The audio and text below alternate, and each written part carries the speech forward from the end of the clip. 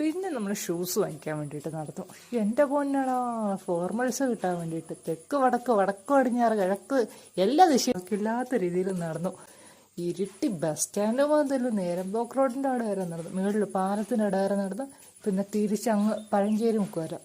ഒരു കടയിൽ നിന്ന് അവന് ഷൂസ് ഇഷ്ടപ്പെടുന്ന ഷൂസിന് സൈസ് ഉണ്ടാവില്ല, സൈസ് ഉണ്ടാവുന്ന ഷൂസ് ഇഷ്ടപ്പെടില്ല. അങ്ങനെ ചില കടയിൽ നിന്ന് ഷൂസ് വാങ്ങിക്കാൻ വേണ്ടി കയറുമ്പോൾ പ്ലാസ്റ്റിക് ഇട്ടിട്ട് ഷൂസ് ഇടാൻ വേണ്ടി പറയും. ചില കടയിൽ നിന്ന് അവർ സോക്സ് ഇട്ട് കൊടുക്കും. അങ്ങനെ സോക്സ് ഇട്ട് കൊടുക്കുന്ന കടയാണ് കുറച്ചും കൂടെ നല്ല കട. കാരണം പ്ലാസ്റ്റിക് ഇടുമ്പോൾ അതിൻ്റെ ഒരു ഫീലും കംഫർട്ടും നമുക്ക് അറിയാൻ വേണ്ടി പറ്റില്ല എന്നാണ് കടക്കാരൻ പറഞ്ഞത്.